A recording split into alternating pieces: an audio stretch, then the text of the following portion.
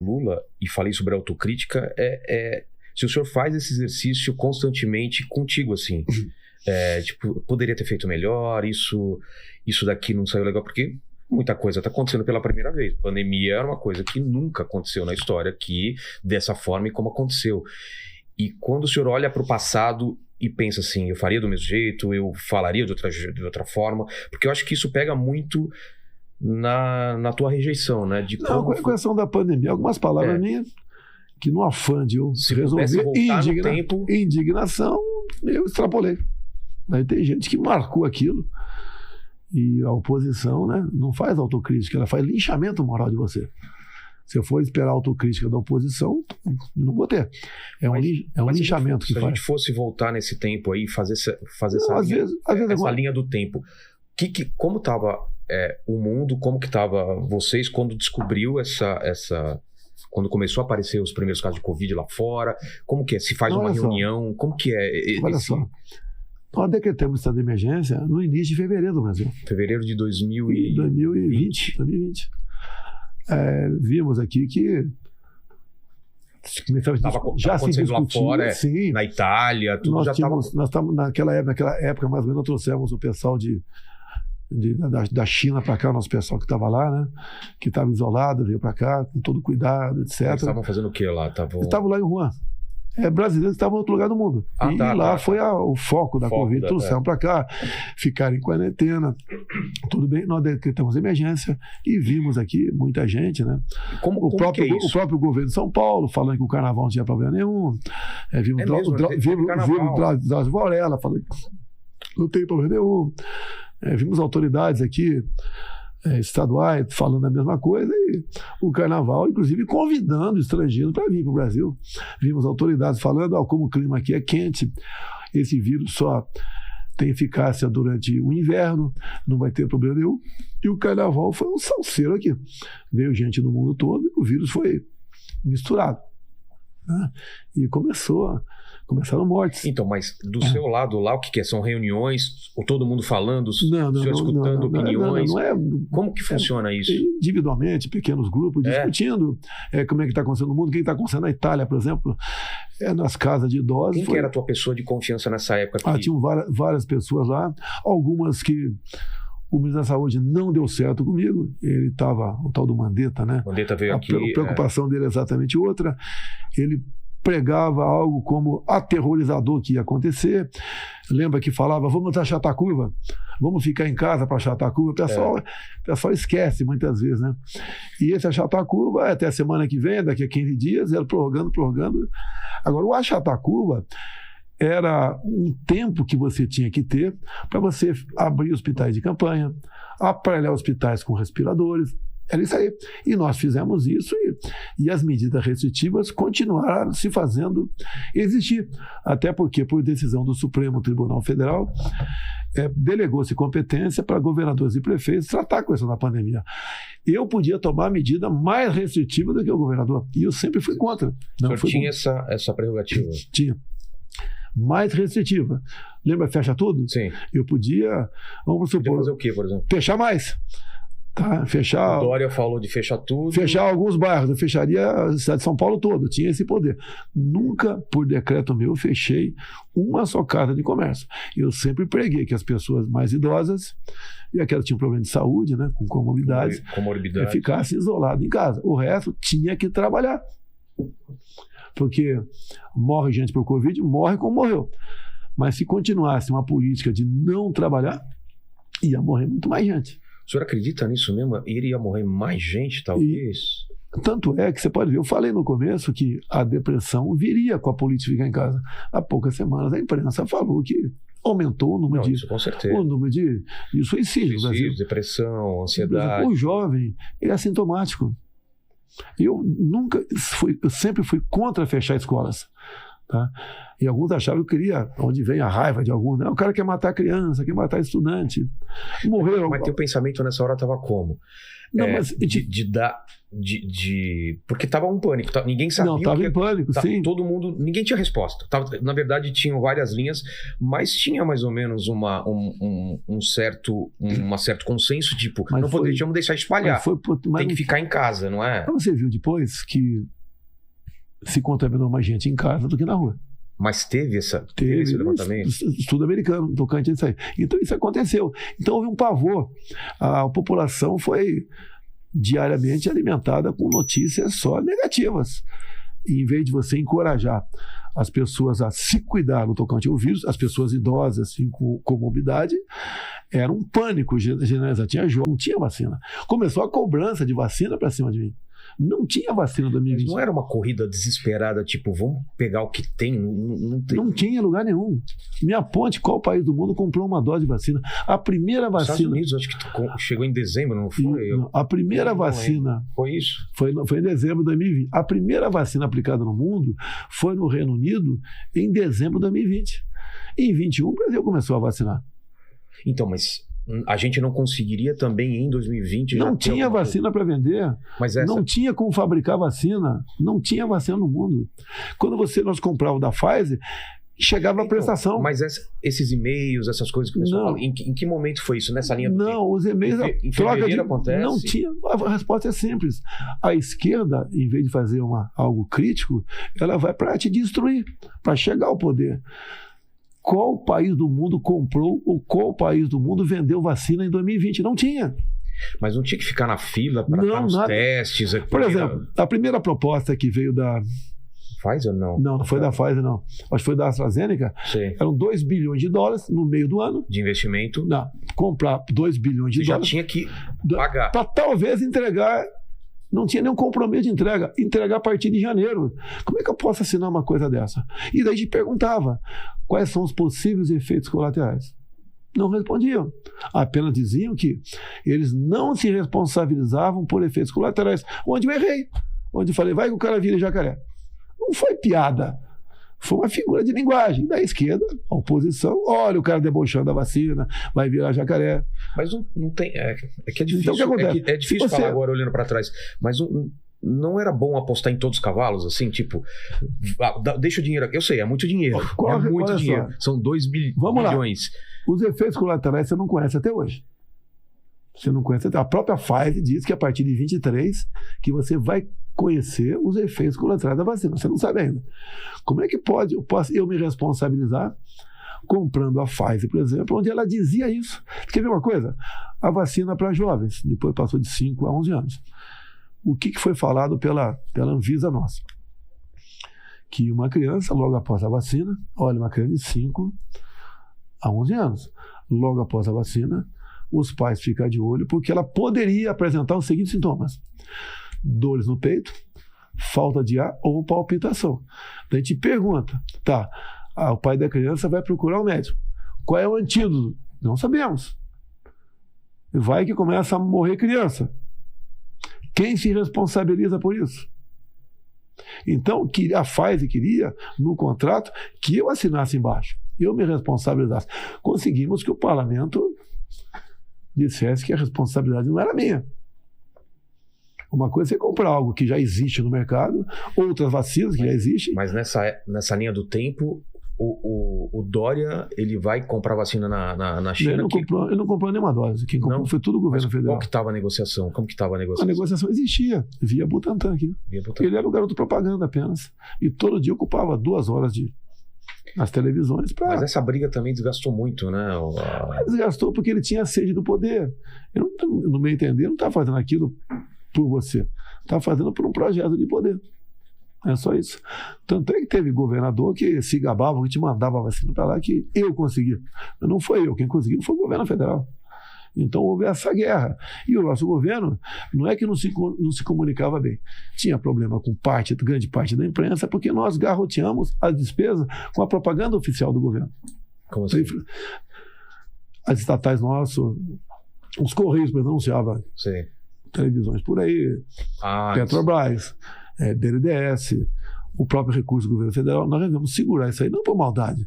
É porque eu não tinha teto de gasto, eu tenho que cortar. Eu tenho que gastar dinheiro naquilo que é mais importante para a população, e não na propaganda oficial do governo. Daí a pancada que a gente levava. Mas tudo bem, a gente venceu essa fase, existe essa narrativa que eu não comprei vacina, e os caras falam, e muita gente... Mas por que tem essa narrativa, então? Por causa, a esquerda, por causa desse e-mail? Por causa não é questão dele. Eu mostrei a verdade. Nós não nos furtamos de comprar vacinas. O Brasil foi um dos países que, mesmo proporcionalmente, melhor vacinou a sua população. Não, a gente tem uma tradição nisso. Mas né? As vacinas já conhecidas. Essa é uma vacina nova. Era algo novo no mercado. Estava em fase 2, nem fase 3 tinha ainda. Não foi testado em animais. Você pode ver. Agora, no Parlamento Europeu, uma diretora da Pfizer foi questionada e ela respondeu. Ela foi questionada. Agora? Agora, questão de poucos dias. Se as pessoas inoculadas com a vacina poderiam ou não transmitir o vírus, se foi feito um teste no tocante a isso. Ela respondeu que não. Das garotas vendo isso. Vamos colocar essa história, porque eu ouvi várias narrativas. Era CNN, aí passou eu sempre usei, pintou um clima, tem clima, sempre usei isso aí. E eu tava lá em uma comunidade e vi as meninas me arrumadas, etc. E pintou um clima. O que é esse pintou Pintar um clima para eu conversar com elas. E eu tava com 30 segurança comigo. Eu entrei na casa e comecei a conversar com elas. Tá? O estado difícil delas. Abandonaram seus países. Vêm para cá e ganham a vida. Não dessa forma, não. Negativo.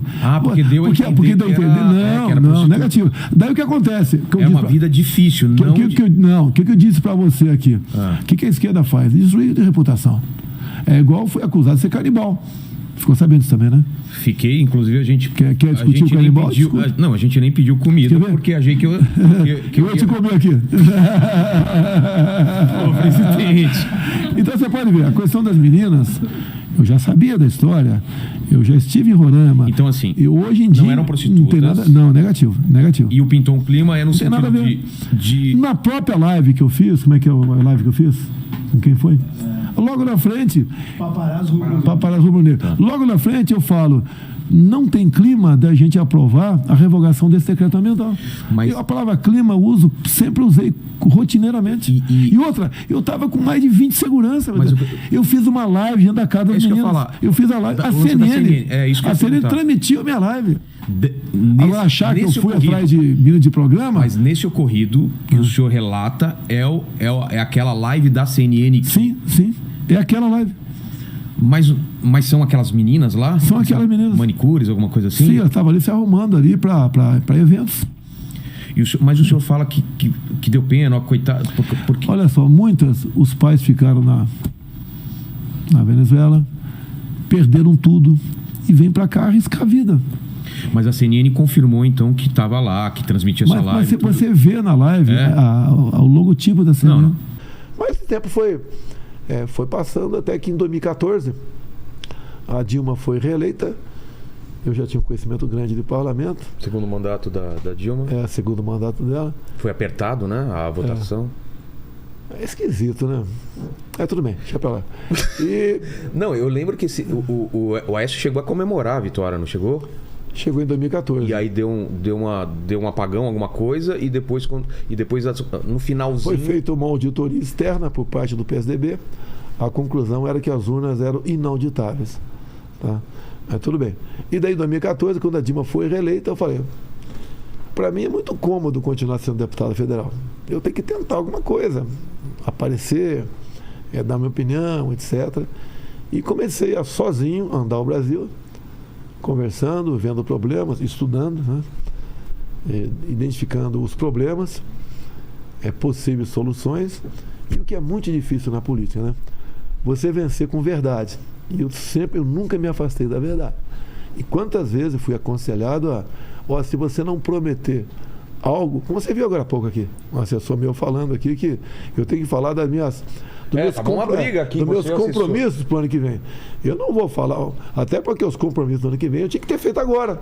Não tem cabimento. Eu vou fazer isso. Por que já não fez? Por quê? Mas tudo bem, te explica. Tá. Porque nem sempre eu tenho recurso para tal. Entendi. Eu tenho um limite. No orçamento. Comecei a andar e em 2016 já começava a ir mais gente me esperar nos aeroportos. Eu saía quinta-feira de Brasília, na sexta de manhã, voltava no sábado para casa. E foi num crescente. Chegou 2018, dia 6 de setembro. Eu estava muito bem, crescendo demais, reconhecido no Brasil todo. Milhares de pessoas me esperando nos aeroportos, comício. E a imprensa nunca divulgava nada, zero. Para o pessoal entender e a gente colocar numa linha do tempo, foi quando começou Vem Pra Rua, né? O Vem Pra Rua vem nessa... Começou a aparecer depois o MBL, movimentos. Uma insatisfação geral sobre várias coisas. Quando que acontece a política para o senhor, assim? Como que aconteceu? Começa a ter um interesse? Aconteceu em 86, eu fiz uma matéria para a revista Veja. A matéria estava escrito o ponto de vista, a sessão de cartas aos leitores, né? Tá. Eu não podia fazer, quando eu era militar da ativa, fiz. Paguei um preço por isso e depois resolvi entrar na política. Mas por que o senhor pagou um preço? Porque falou coisa que não podia Não, você não pode, o militar da ativa não pode dar declaração de imprensa. Não interessa qual seja o assunto. Ah, é? É regra, não se discute. É mesmo? Não se discute. Então, cometi uma transgressão disciplinar, mas ali eu comecei a aparecer e despertar um pouco mais para esse lado da política. Eu vim candidato a vereador em 1988. Como foi esse convite? Não, eu procurei o partido. Qual partido que era? PDC na época, Partido Democrata Cristão. O partido fez... Do Emael? Não. Não é o Emael não era PDC, não. Um democrata cristão, né? Ele passou a ser depois, foi para esse partido. Tá. No meu tempo não era ele, era outro cara que mandava lá. E o partido de 42 vereadores fez 2. Eu fui o primeiro mais votado. O segundo foi um coronel do Exército médico. E ali, 2 anos depois, me lancei à federal.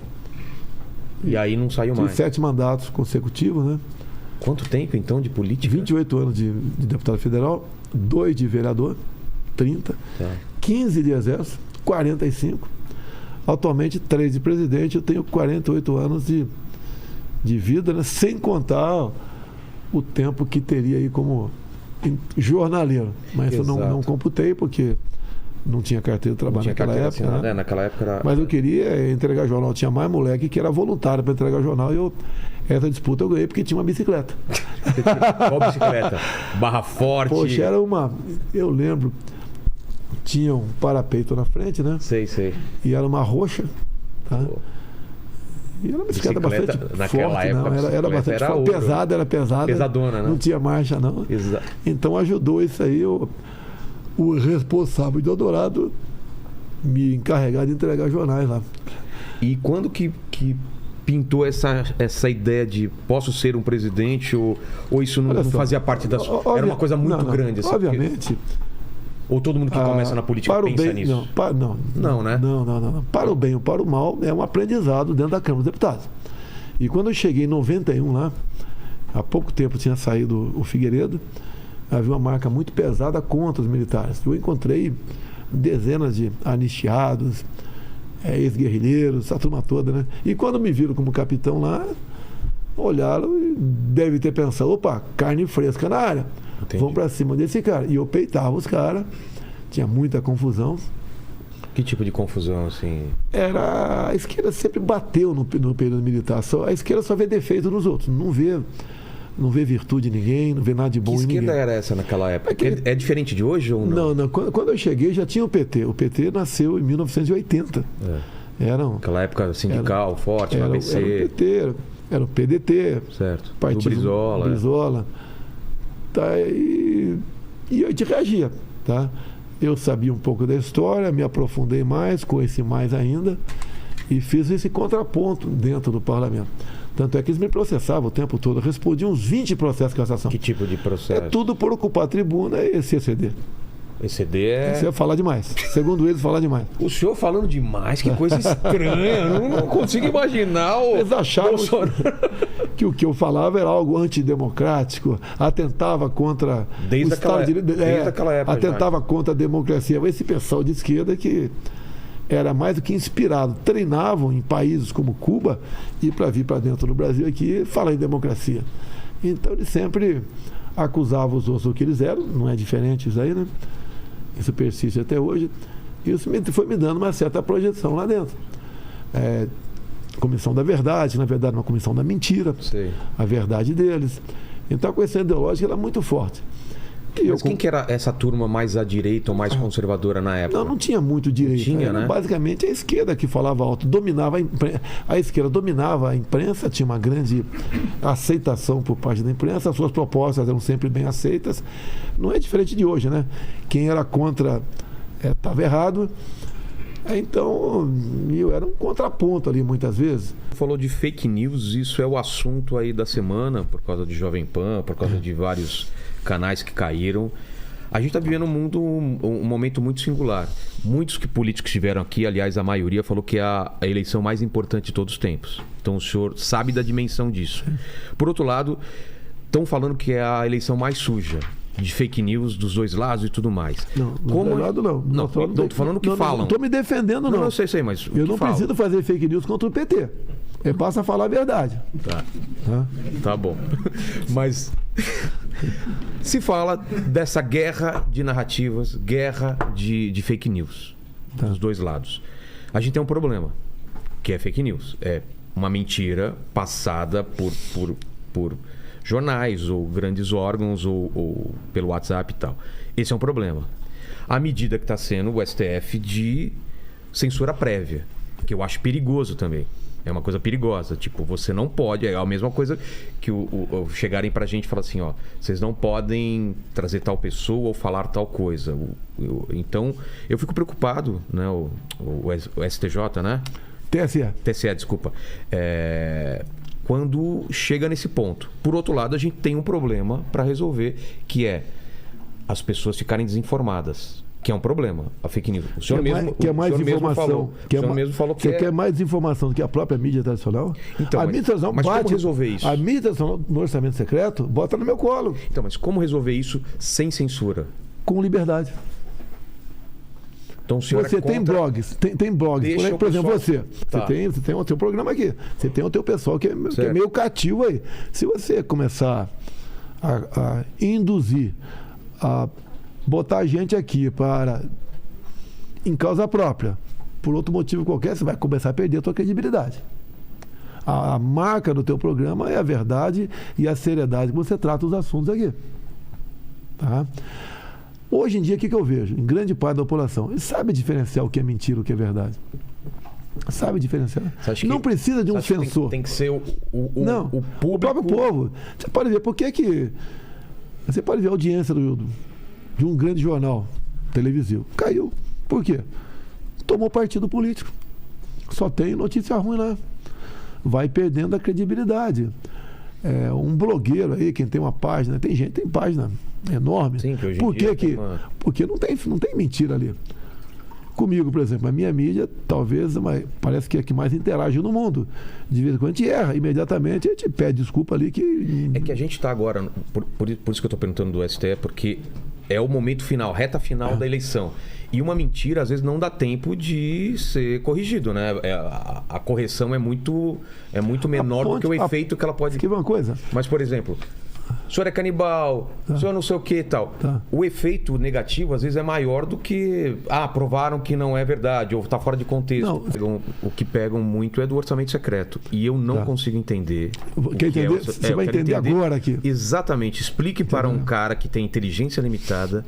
O que é o orçamento secreto e por que ele não é uma compra tipo ao que o PT fazia? O orçamento, sempre quem tomou conta dele foi o Presidente da República, o Poder Executivo.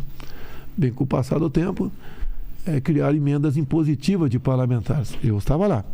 Então, cada parlamentar tem aproximadamente 15 milhões por ano para ele botar onde ele achar que deve botar. Tem critérios, obviamente. Quer fazer uma ponte na cidade, um postinho de saúde, reformar uma escola, comprar um equipamento hospitalar. Então, está garantido. Todos os 513 deputados têm 15 milhões por ano. Daí entrou o meu governo. O meu governo foi mais rígido em tudo. E daí, no segundo ano do meu governo, 2020, o parlamento resolveu criar esse orçamento que é chamado de secreto. Uma importância, o equivalente anterior... Por que ele cria isso? Tem poder para isso. Então, mas ele só pelo poder... Tem poder. Eles criaram em lei uma cota extra chamada emenda de relator, Né? Tinha emenda individual, emenda de relator. Com esse valor? Com esse valor de mais ou menos 15 bi por ano. Para a Câmara e Senado, 15 bi por ano. Chegou a proposta, eu vetei a proposta. Tá? Bem, quem dá a palavra final em leis não sou eu, é o Poder Legislativo. A proposta voltou ao Poder Legislativo e o veto foi derrubado. Todo o PT votou para derrubar o veto, inclusive. E esse orçamento, porque não tinha como... Porque não tenho mais. A da minha parte acabou. O meu limite é o veto. Não tem nada mais que dá para fazer? Não, nada mais. O veto, eu vetei, foi para lá. Derrubou o veto. É lei. O Lira que... Não é o Lira. Quem é o Congresso que derrubou. São os 250, são os 513 parlamentares e 81 senadores. Metade mais um é o quórum necessário, né, para derrubar o veto. Bem, como foi derrubado, o parlamento passou a ter, além dos 15 milhões que cada parlamentar tem e é direito dele, o parlamento passou a ter mais 15 bilhões. E como é distribuído esse recurso? O relator que diz que, por exemplo, 200 milhões aqui é pedido tal parlamentar, vai para tal estado fazer tal coisa. 10 milhões é pedido de outro deputado, vai para tal estado fazer qualquer coisa. Agora, você não sabe o nome dos parlamentares. Por isso que é falado secreto. Eu não tenho nada a ver com o orçamento secreto. Eu confesso. Quem distribui para esse ou para esse? Relator. É um deputado, um senador, que é o relator do orçamento naquele ano. Mas isso eu consigo checar em algum lugar? Se a imprensa quisesse, conseguiria. Tem como? Nós, quando recebemos lá para os ministérios títulos finalísticos, né? Ministério da Desenvolvimento Regional, o ministro lá recebe uma ordem do relator dizendo que é para ele alocar tantos milhões em tal município ou em tal estado. Ele não recebe o nome do parlamentar, por isso que ficou conhecido como secreto. Eu queria, confesso, ter poder de indicar para onde irão esses 15 milhões de reais, mas não tem esse poder. O parlamento ali faz o seu papel e diz que ele tem melhores condições de fazer. Acaba sendo uma compra de influência no final das contas? Eu não posso comprar porque não é meu. Você pode ver uma coisa. Alguém está comprando influência? Vamos lá, alguma coisa vaza. Tá. O que acontece? Dizem que o orçamento secreto que eu compro o voto com isso. Certo. No último debate, eu falei para o Lula que tinha 13 nomes, por coincidência, 13 deputados do PT que haviam arranjado recurso nesse orçamento. Secreto. Não é secreto porque está publicado em Diário Oficial. O que é tiro secreto é quem está indicando. Foi para o teu município lá no... Foi Eldorado Paulista, onde eu moro aqui, por exemplo, aqui, minha família mora lá. Foi lá 10 milhões para fazer uma ponte sobre o Rio Ribeira de Guape. Quem mandou para lá o dinheiro? Não dá para saber? Você não sabe. O parlamentar chega no município e diz que foi ele. Tá. Para ele ter vamos dizer, o retorno de estar trabalhando o teu voto. Mas é secreto porque você não torna público quem indicou esse recurso para lá. E eu mostrei agora que eu consegui furar essa bolha e pegamos 13 nomes de deputados do PT que arranjaram recurso. Agora, como o PT nunca votou comigo, se eu estivesse comprando voto, jamais eu daria para petista. Ou então daria para petista, desde que primeiro votasse alguma coisa comigo. Deu a entender que eu estou fora dessa? Se eu tenho 28 anos de vida pública, 3,5 de presidente, pegue meus furos, pô. Pegue minha vida parlamentar. Já reviraram minha vida ao avesso. Não tem nada. Não vão achar porque não tem nada. Eu me preservo, sempre preservei. Falo tanto de cartão corporativo. São 3 cartões, 2 para despesas variadas, que eu não boto a mão nisso. Como é que eu vou tomar conta de viagens sem segurança, né, pelo mundo, tá? E um particular meu, eu nunca saquei um centavo. O particular não saca? Nunca, eu podia sacar 17 mil por mês e comprar tubaína. Eu nunca saquei, para evitar problema. Mas esse seu tá aberto? Ou também tá aberto. Tá aberto? A Folha de São Paulo diz. Foi lá. Acusou que o meu ajudante de ordem tinha despesas da minha esposa, mas não falou o montante. A despesa suspeita. Fala o montante, pô. Quanto é? Em média, 12 mil por mês. Entra a despesa do quê? Colégio da criança, quando tinha no passado. É uma pessoa que ela paga lá, manicure, pedigure, coisa de mulher, que ela, até que gasta pouco. 12 mil por mês, tá? E também entra condomínio de imóvel do Rio de Janeiro, etc. E tudo isso Não, mas que acontece? Quando foi divulgado, porque o ministro Alexandre de Moraes fez a quebra telemática do telefone me ajudando de ordem, em cima da questão de fake news. Tá? Ele estava procurando o quê? em cima de fake news, está procurando qualquer coisa. Eu tinha alguma coisa esquisita, né? alguma coisa anormal com o ajudante de ordem. Uma covardia, porque tem informações reservadas, confidenciais, trocadas entre eu e meu ajudante de ordem, que é o cara que eu tenho confiança absoluta nele, para minhas ações aqui. São pessoas, são 4 oficiais, né? um de cada força, 2 do exército, que tratam com discrição essas questões minhas. Ele quebrou, e daí viu a troca de mensagem dele com a minha esposa, dele comigo, e quebrando o sigilo, ele viu que tinha despesa de 3 mil da minha esposa em algum lugar, 2 mil não sei aonde, 80 não sei aonde, despesa normal. E ele vazou isso, o que a imprensa divulgou? Despesas atípicas. Dá a entender que ela está recebendo uma fortuna ali no seu contra-cheque. Mas tudo isso, então, é normal, e nos outros governos também havia esses gastos? Não, os 3 cartões em outros governos todos tiveram. O quê? E tem o cartão particular. Essa São despesa, 3 cartões? Não, essa despesa, o que acontece? Eles achavam, divulgando isso, que ia ter essa despesa de manicure, etc., pago com o dinheiro do cartão corporativo particular meu. E como nunca saquei um centavo, não podia acusar de o cartão corporativo pagar essa despesa. Entendi. Assunto encerrado. Agora fica o desgaste. Mentira. A imprensa vira-mexe, potencializa. Quando eu falava qualquer coisa, não discutia. De não se poder nem discutir. Começou-se a derrubar a página da internet.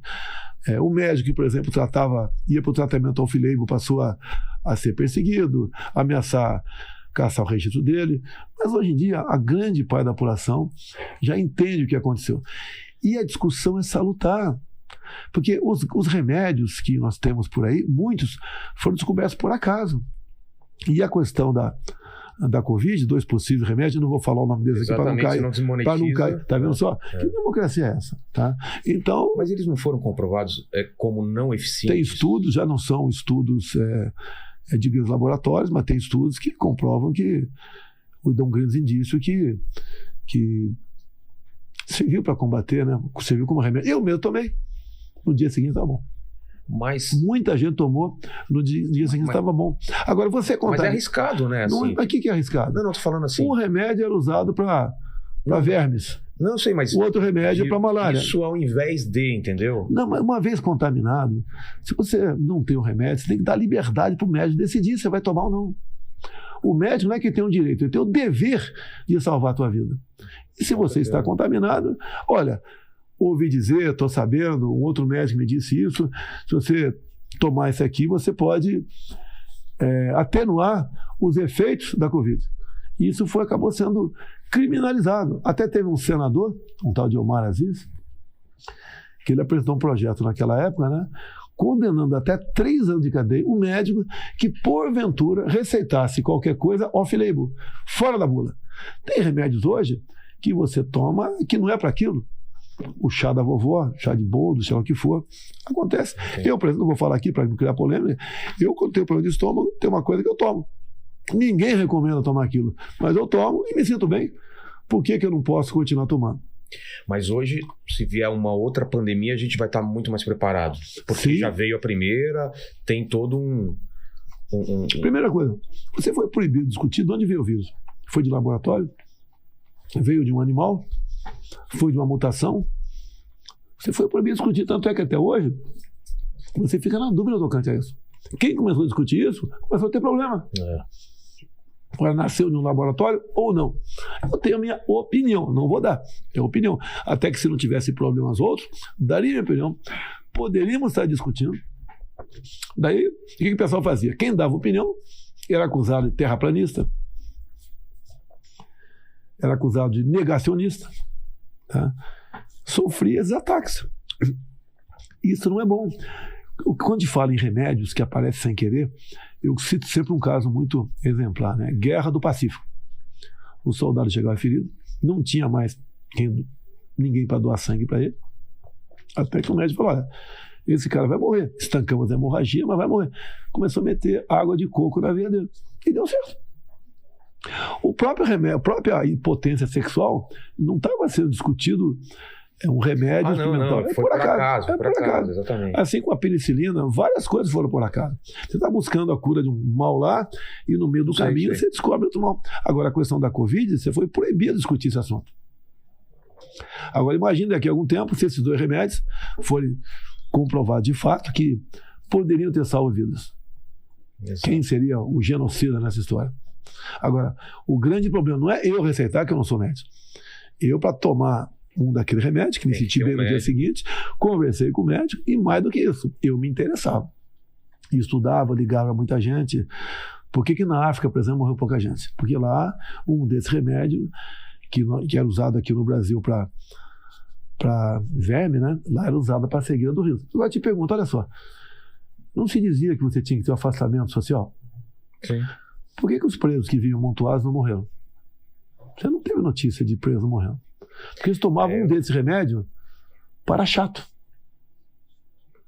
E, por coincidência, servia para atenuar os danos da Covid. Será que é difícil discutir um assunto desse? Por que aquela maldade, o presidente sem comprovação científica, não sei o quê? Está falando. Onde é que houve morte em presídio? Meu Deus do céu. E o que eles tomavam? Tomavam remédio para chato, que é comum chato em presídio. Aquele negocinho que dá os pelos pubianos ali. Mas, vamos lá, vamos mudar o assunto. Tentaram tirar a minha vida. Os indícios são enormes, que foi mandado. Ele tinha recursos para viajar o Brasil todo, tinha vários telefones celulares, foi plantado um álibi perfeito, uma possível entrada dele na Câmara. No dia seguinte, 3 advogados foram para defender, um de avião particular, e falou que estava preocupado com a vida dele. Que coração desse advogado, né? Mas tudo bem. Um dos advogados falou que a imprensa havia pagado aquela ação, mas não foi para frente a investigação. E o que o senhor acha quando falam que é fakeada, que aquilo... Pô, acho que eu ia enganar uma dúzia de médicos, uma dúzia de enfermeiros da Santa Casa em Juiz de Fora, e depois ia para o Einstein enganar o doutor Macedo, a sua equipe toda. Tá? Eu perdi 15 quilos. Se você olhar a minha cara do dia e um mês depois, é uma cara completamente diferente. E o senhor chegou realmente a pensar, vou morrer, de ter uma... Não, você não pensa, vou morrer, não, né? Mas na hora que está acontecendo, primeiro, muito rápido. Primeiro eu falava que vamos continuar, porque eu levei um soco na barriga, não vi aquela facada. Ninguém viu teve a sensação de um soco? Sim, um soco, uma bolada de futebol de salão na barriga, né? Daí eu levantei soco. Uma dor de soco e não ia embora. Daí eu levantei a camisa, vi um buraco. E o sangramento não é externo. Se você leva no braço aqui, na perna... Sangra pra caramba. Na barriga, vai pra dentro. Muita cavidade, vai pra dentro. Não sente a perfuração? Não senti. Foi uma pancada, um soco na barriga e mais nada. Você vê as imagens depois. O cara bate e tira. Ele bateu, foi até o telo e rodou. Deu muita ação. Eu cortei a mesentéria. Qualquer médico fala que... Cortou o quê? É uma veia importantíssima, uma veia mais calibre maior. Se eu levasse mais 3, 4 minutos de chegar no hospital, eu teria morrido por hemorragia. Falaram isso para você? Sim. Ganhei 3 litros de sangue. Tá?